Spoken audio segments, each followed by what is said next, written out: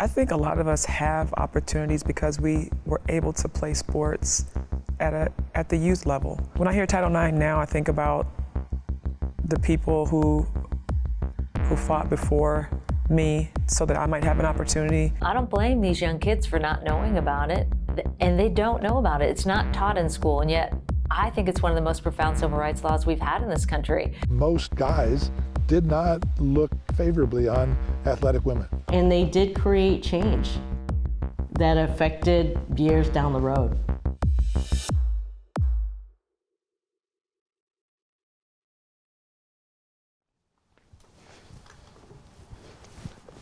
Hi, I'm Kira Toomey. I'm 13. I'm in 8th grade, and I play hockey, lacrosse, and I run cross country. So this top part is all one, and it's separate from the bottom. Okay. Yeah. Like, Title IX. No person in this United States shall, on the basis of sex, be excluded from participation in, be denied the benefits of, or be subjected to discrimination under any education program or activity receiving federal financial assistance.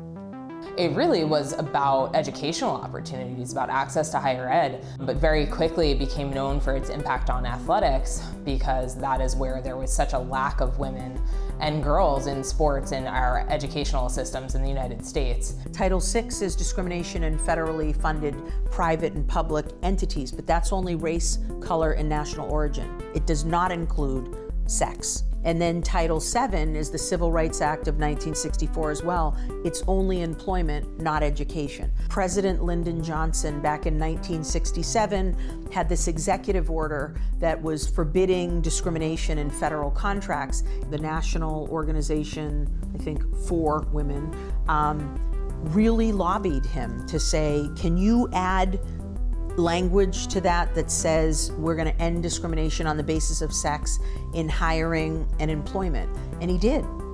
Rachel Rollins is the first Black woman to serve as the top federal prosecutor in Massachusetts. She's worked her way up the ranks and credits two fundamental influences for her success. A set of parents that were really supportive of me, in particular my dad, who told me from a very young age I can accomplish anything I put my mind to, and sports. I was fortunate to have some good experiences in high school, but when I got to college was when I really started to see the disparities. The women's lacrosse, volleyball, and tennis teams after my freshman year were all cut due to budget cuts. They had had good seasons, and our men's football team, who had 75 full scholarships and had not had a good season, that is being very kind right now and diplomatic, didn't lose a single scholarship. And I didn't know any lawyers at that time in my life, I didn't know any judges, but as the oldest of 5 children, I knew what fairness was. And we, on our own, asked for a meeting with the athletic director. He did not have time to meet with us. And when we got a lawyer, miraculously, he found time. I now know as a lawyer what happened. Back then, I'm like, I think they sent them something. Under the threat of a Title IX lawsuit, all 3 teams were reinstated.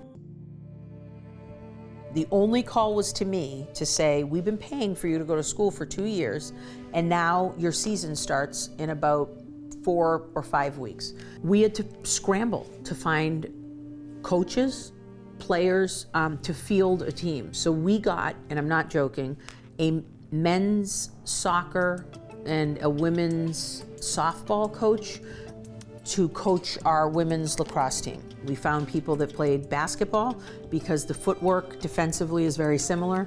We found people who ran track because you have to be very fast and it's a lot of running. And we lost every single game, and not close. We lost 17-3, 19-1, 15-4, which was like, we did it, guys, like.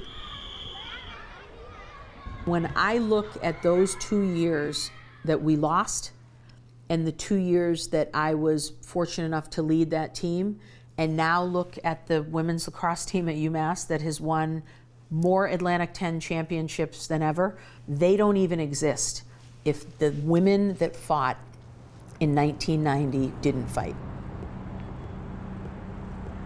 14 years earlier, Just south in New Haven, Connecticut, 19 women demanded fairness under the protections of Title IX. Not only good athletes, but they were strong individuals. Nathaniel Case started coaching the women's rowing team a few years after graduating from the university himself. Yeah, at that point in time, I wasn't making any money. I was making $500 to coach, and that even then didn't go very far. The boatman at Yale got me a job working in a recycling foam factory, and I worked there from like 5 in the morning till 2 in the afternoon. Then I'd coach in the afternoons, and it was kind of fun. Honestly, from my perspective, I was barely able to keep ahead of them. I remember when I first started coaching, these women were hungry for and I had to go, oh, I got to find this, I got to look at. I had to work hard to stay ahead of their desires of proficiency in a coaching sense. These women were smart. They quickly realized how the men were having a much different experience than they were. They would practice at the same time the men's team would, and then they would, sweating everything, go back into a school bus, and they would have to wait while the men showered. And even when they walked onto the bus, the guys would be a bit rude and say, wow, it stinks. And so they did ask for their own place where they could shower. And they had to go through all of the proper channels and go through, and the university, well, that's a big expense, I'm not sure we want to do that. It got delayed and delayed and delayed. And the university was not on its toes because it was not. They thought, all right, it'll be fine, everything will work out. But all of a sudden they realized, no, it's not.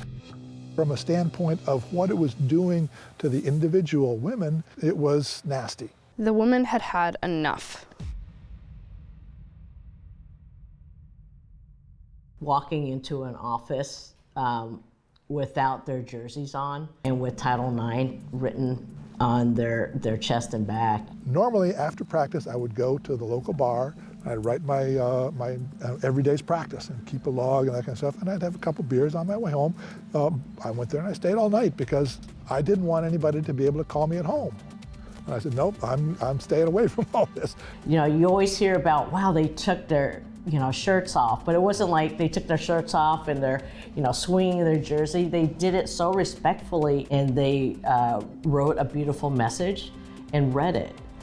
These are the bodies Yale is exploiting. On a day like today, the ice freezes on this skin. Then we sit for half an hour as the ice melts and soaks through to meet the sweat that is soaking us from the inside. By the next year, the women had their locker room in the boathouse. And I think it was as much an embarrassment to the university as a whole, calling them out on the fact that they were unprepared. And I think it wasn't just it was this thing that was a very specific instance. It was so obvious, but the whole university was not prepared for the admittance of women and to effectively understand what Title IX really meant. You know, you always see if you see something, say something. Those women set the tone for that. And it's just don't accept whatever's given to you. If it's wrong, then fight for it.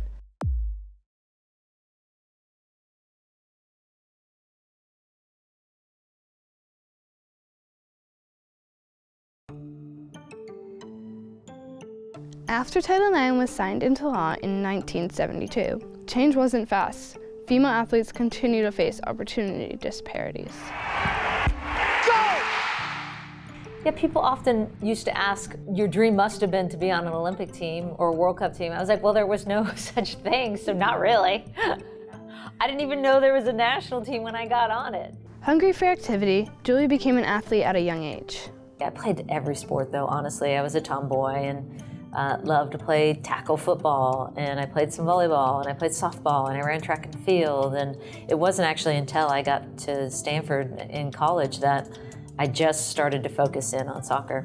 And it was there she really began to see how men and women received different opportunities in sport. I never learned about Title IX in school. And it's the thing that, to this day, drives me batty, honestly.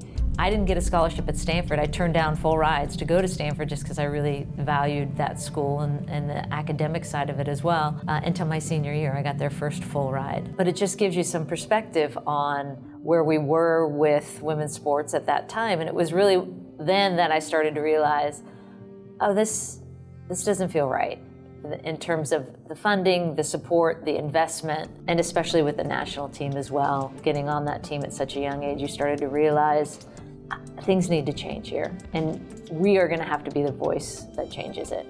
Julie was playing for the U.S. national team while still at Stanford.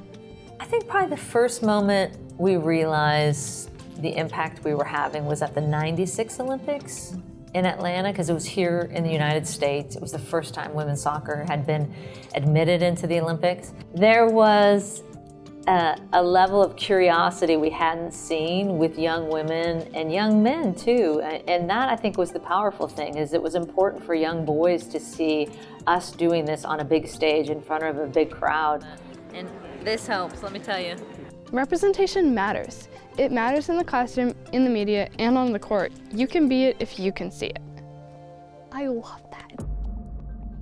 I don't take lightly the platform.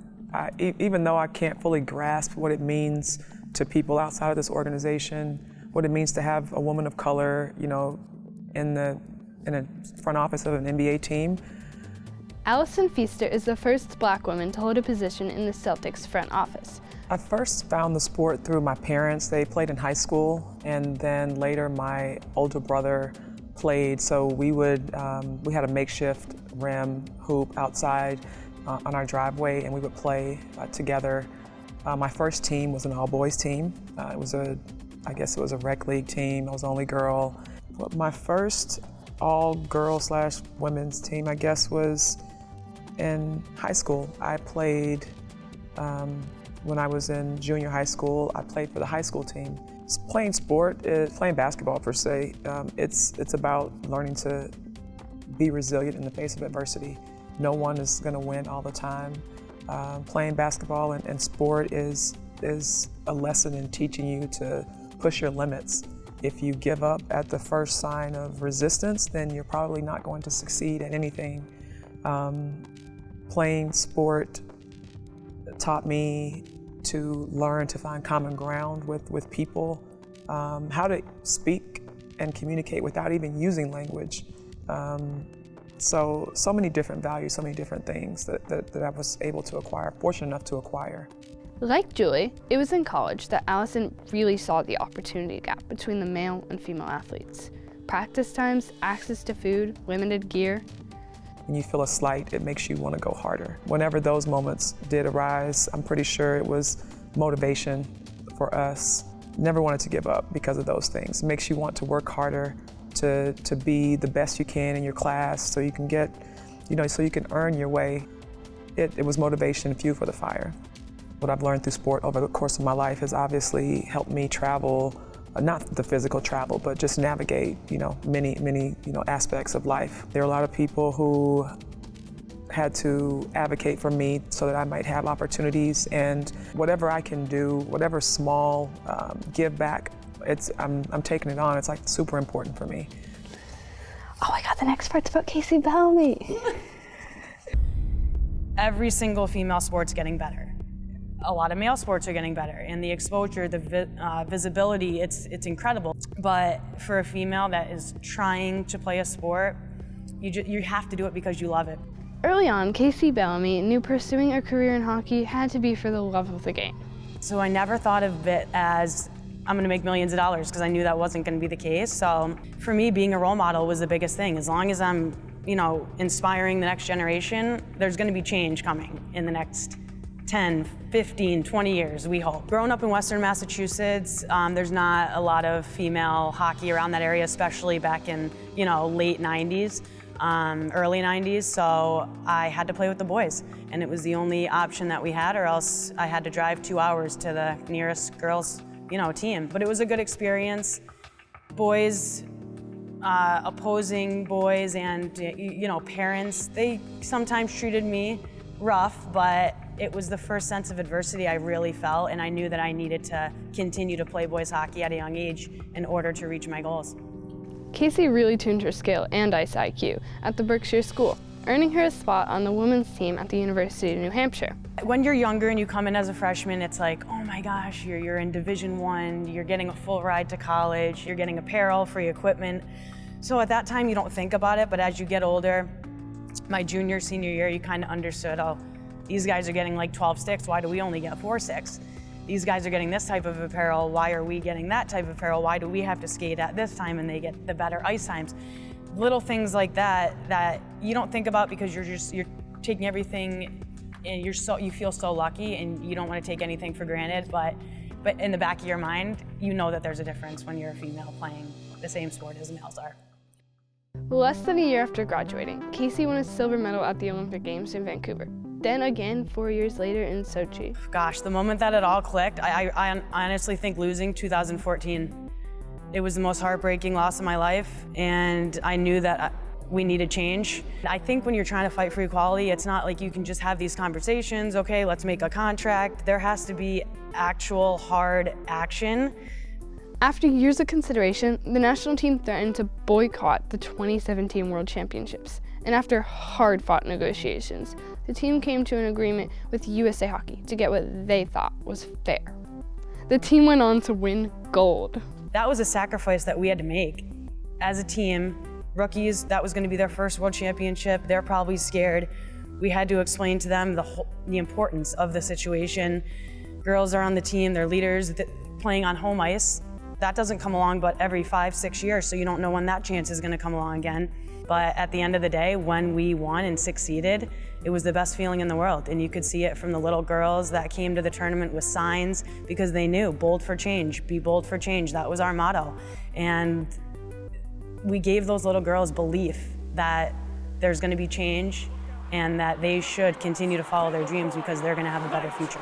Hillary Knight shoots, scores!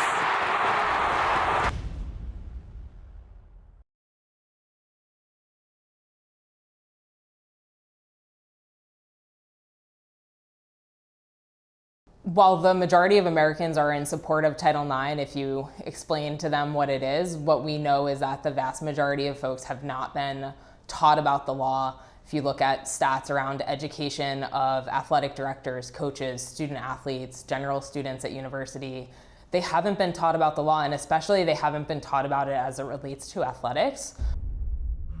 Trans youth and athletics is definitely something that, has permeated the public discourse. The thing to remember is that according to the recent Bostock Supreme Court decision, right, discrimination on the basis of transgender status is discrimination on the basis of sex. So we've seen a recent notice of proposed rulemaking from the Department of Education that clarifies that Title IX would apply to transgender students and would protect having an educational experience free from discrimination would include sexual orientation and gender identity.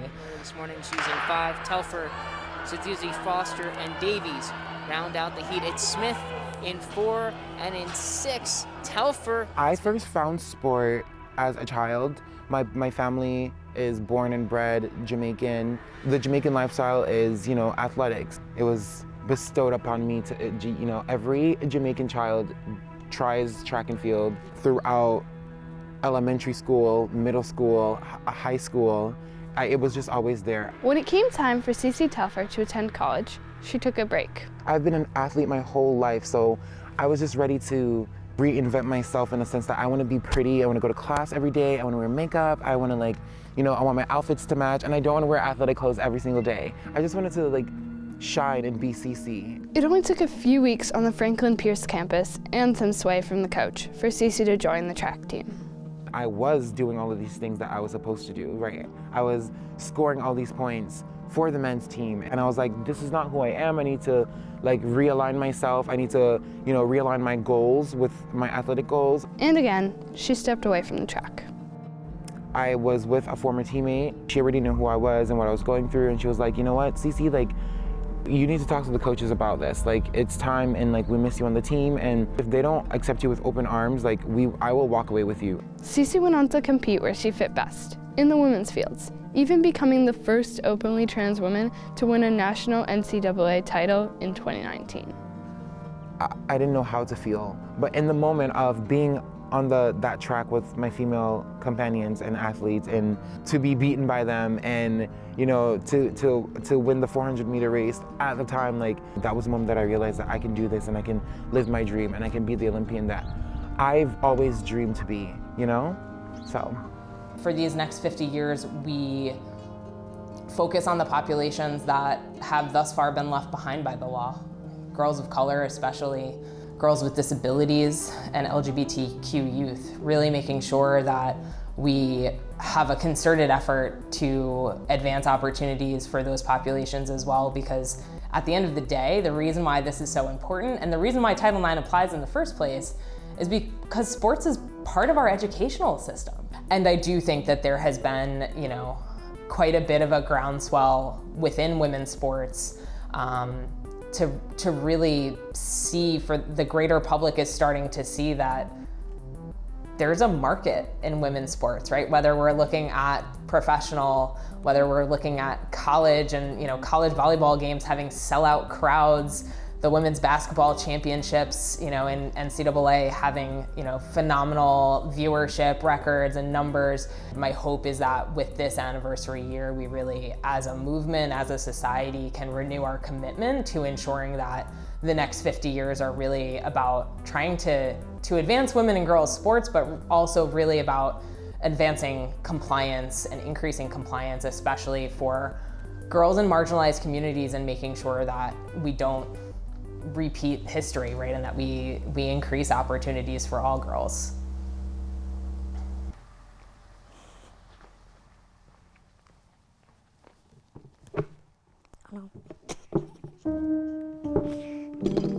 Oh no, it came off. My name's Jasmine Patel. I am 9 years old, and the sports that I play is basketball, baseball, and football. Now that I've seen that girls could play a lot of different sports, is that nothing can stop girls from doing what they want to do. Do you say that you're an athlete or a female athlete?